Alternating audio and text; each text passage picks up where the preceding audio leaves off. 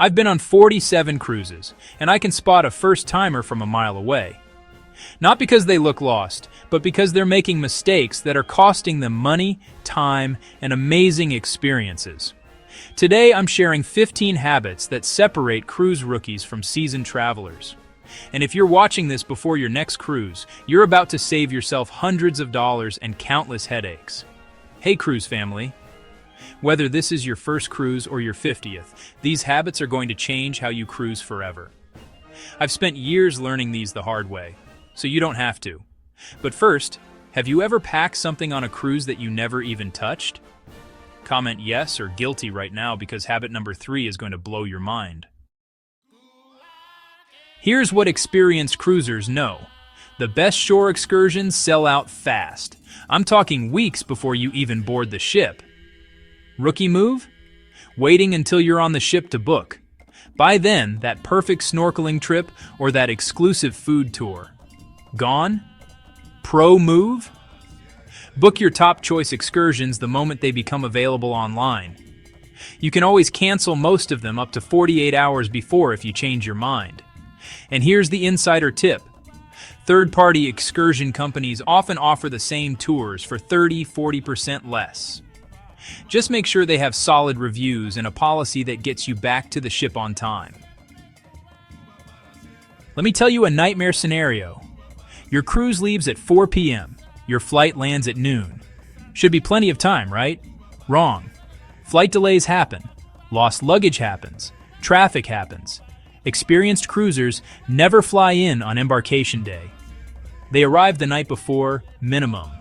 Some even arrive 2 days early and turn it into a mini vacation. Yes, it costs more for a hotel. But you know what costs more? Missing your entire cruise because your flight was delayed 3 hours. The cruise line will not wait for you and they will not refund you.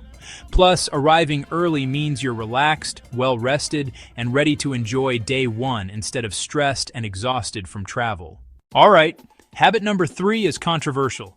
Some people swear by this, others think it's crazy. But it's saved me so much space and hassle. Stay with me. Here's the truth. You're going to wear way less than you pack. New cruisers pack 7 outfits for a 7-day cruise, plus formal wear, plus casual wear, plus workout clothes. Their suitcase weighs 50 pounds. Experienced cruisers? They pack maybe 4 outfits, mix and match everything, and do laundry once mid-cruise if needed. Here's my formula. Pack 3 casual daytime outfits, 2 dinner outfits, 1 formal outfit if needed, swimwear, and 1 pair of comfortable walking shoes. That's it. Most ships have laundry service or self-service laundromats. Use them. Your back will thank you when you're hauling luggage through the airport. Cruise cabins have maybe 2 outlets. Maybe. And they're usually in the most inconvenient spots. You've got phones, tablets, cameras, battery packs, and maybe a laptop to charge. Experienced cruisers bring a non-surge protector power strip. That's important. Surge protectors are not allowed on most cruise ships because of fire safety. But a basic power strip? Totally fine. This tiny item is a game changer. You can charge everything at once, and you can put the power strip wherever you need it.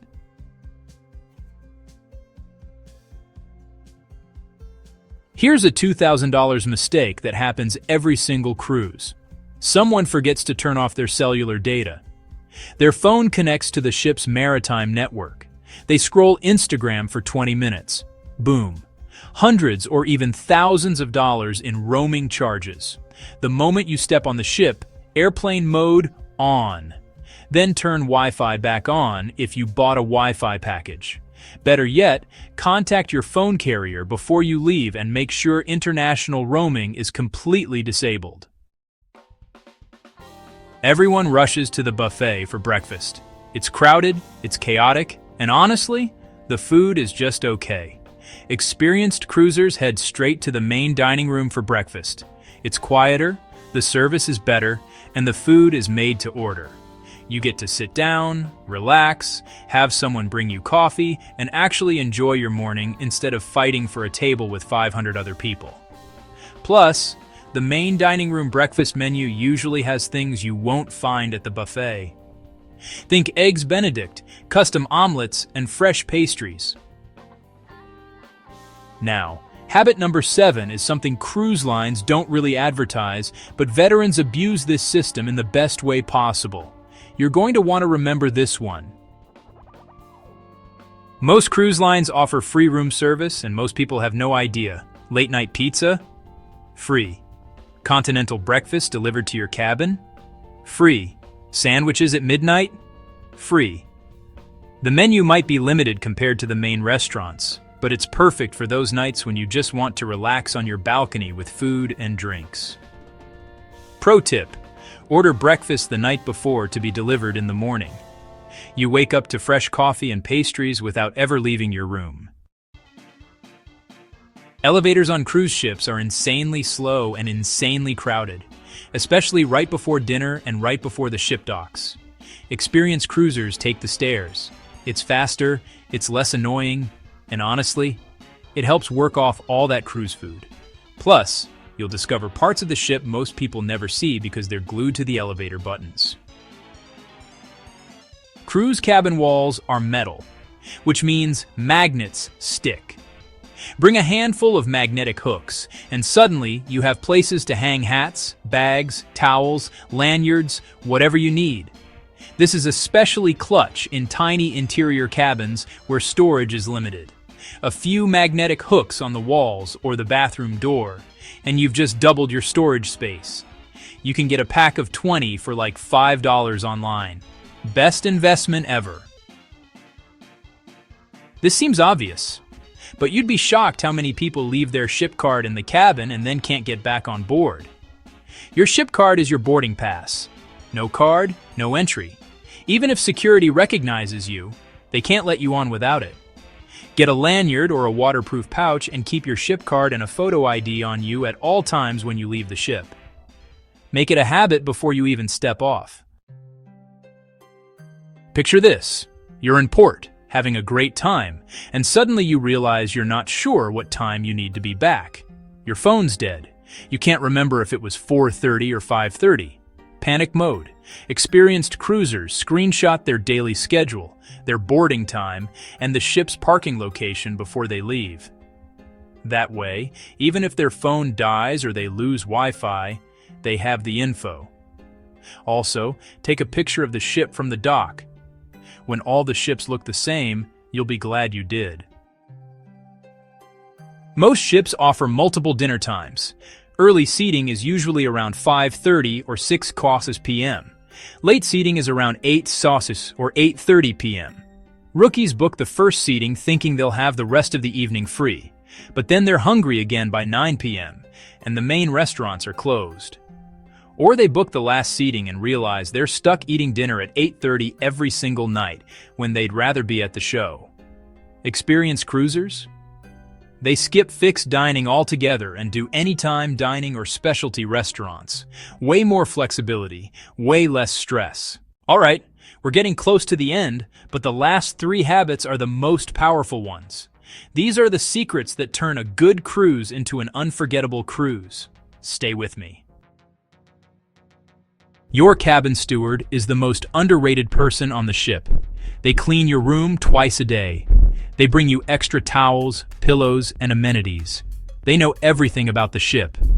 Experienced cruisers introduce themselves on day 1, learn their steward's name, and treat them with respect. And yes, tip them well. Not just at the end, but even a small tip on day 1 goes a long way. Suddenly, you're getting extra attention, faster service, and insider tips about the ship. It's not about bribery. It's about treating people well and building a relationship with someone who can genuinely make your cruise better. While everyone else is at the buffet or unpacking, experienced cruisers are walking the entire ship. They're finding the best pool chairs, the quietest lounges, the secret bars, the adult-only areas, and the best photo spots. By dinner time, they know the ship inside and out. Meanwhile, rookies are still getting lost, trying to find the theater. Embarkation day is the perfect time to explore because the ship is emptier and you can move around freely without crowds. Everyone rushes to get off the ship on the last day. They wake up at 5 a.m., haul their luggage to the disembarkation area, and then wait, and wait, and wait.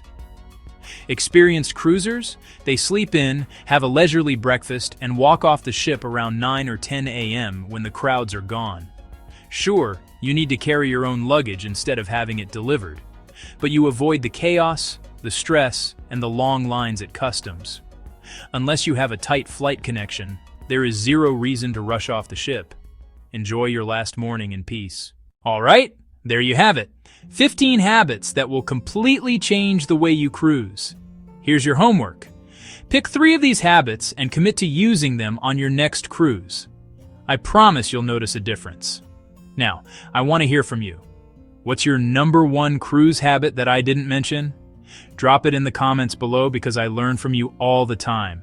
And if this video helped you, make sure you like, subscribe, and share it with anyone you're cruising with. Let's make sure everyone in your crew is cruising like a pro. Thanks for watching, and I'll see you on the next one. Happy cruising. Before you go, check out this video on cruise packing mistakes to avoid, or this one on hidden cruise costs nobody tells you about. See you there.